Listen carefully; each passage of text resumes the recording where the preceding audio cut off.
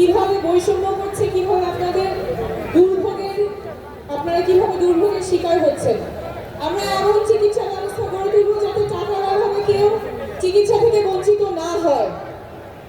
আমরা এমন জরুরি চিকিৎসা ব্যবস্থা গড়ে তুলব যাতে করে হাসপাতালে পৌঁছানোর আগেই অ্যাম্বুলেন্সে জীবন রক্ষাকারী চিকিৎসা শুরু করা যায়। আমরা এমন ব্যবস্থা গড়ে তুলব যাতে বাংলাদেশের প্রত্যেকটা নাগরিকের স্বাস্থ্য তথ্য ডিজিটালি সংরক্ষিত থাকে, ইলেকট্রনিক হেলথ রেকর্ড থাকে, আর কখনো আপনাদের স্বাস্থ্য তথ্য হারাবে না। ফলে অপ্রয়োজনীয় টেস্ট করা কমবে, ভুল চিকিৎসার সম্ভাবনাও কমবে। আমরা প্রাথমিক স্বাস্থ্যকে শক্তিশালী করে গড়ে তুলব যাতে আপনাদের এলাকায়, আপনাদের ঘরের কাছে আপনারা মানসম্মত চিকিৎসা পান। আমরা মানসিক স্বাস্থ্যের প্রসার ঘটাবো।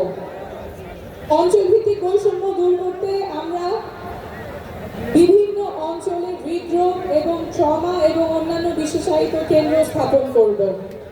চিকিৎসার অভাবে যাতে কেউ কারো প্রাণহানি, অহেতুক প্রাণহানি না হয় এমন চিকিৎসা ব্যবস্থা আমরা গড়ে তুলব। আমাদের অর্থনীতি এমন হবে, কল্যাণমুখী অর্থনীতি হবে যেখানে সকলের কর্মসংস্থান নিশ্চিত হবে। শুধুমাত্র কর্মসংস্থান না, যেখানে একটা চাকরি নিশ্চিত হবে, মর্যাদাপূর্ণ চাকরি নিশ্চিত হবে, এমন কর্মসংস্থান নিশ্চিত হবে। শুধুমাত্র বেতন খেয়ে পড়ে বাঁচার অবস্থা, এমন কর্মসংস্থান আমরা চাই না। এমন কর্মসংস্থান চাই যেখানে নাগরিকের মর্যাদা থাকবে এবং ভালো করে বাঁচার সুযোগ দিবে। আমরা কর কাঠামো ন্যায্যভাবে ঢেলে সাজাবো যাতে করে ধনী গরিবের বৈষম্য দূর হয়। আমরা এমন রাজনীতি করব যাতে করে বাংলাদেশের প্রত্যেকটা নাগরিক রাজনীতিতে সক্রিয় অংশগ্রহণ করতে পারে, প্রত্যেকটা তরুণ রাজনীতিতে সক্রিয় অংশগ্রহণ করতে পারে। আমরা দেশ গড়তে জুলাই পদযাত্রায় প্রত্যেকটা জেলায় দেখে এসেছি তরুণেরা কতখানি উচ্ছ্বাস, কতখানি উদ্দীপনা নিয়ে আমাদের সাথে যোগ দিয়েছেন। তারা ভাবছেন দেশের কথা, তারা স্বপ্ন দেখছেন দেশ পরিবর্তন হবে, তারা দেশটা পরিবর্তন করবে। কিন্তু বারবার আমরা শুনছি এই তরুণদেরকে হেয় করা হচ্ছে, ছোট করা হচ্ছে, তরুণরা দেশ নিয়ে বোঝে না, তারা পরিবর্তন আনতে পারবে না।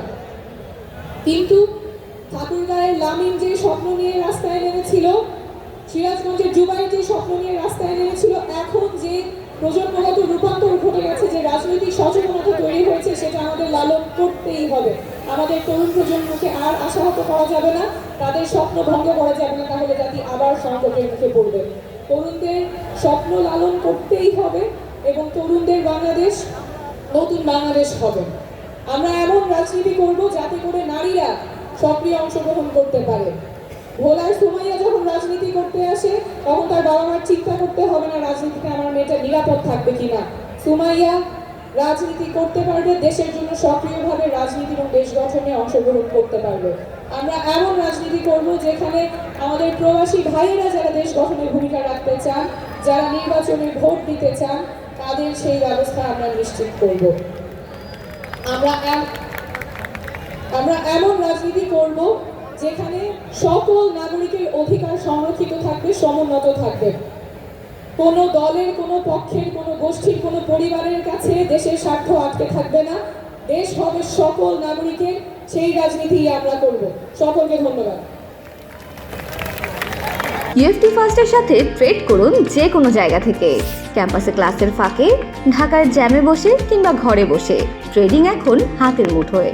তাই ট্রেড করুন যখন খুশি, যেখানে খুশি।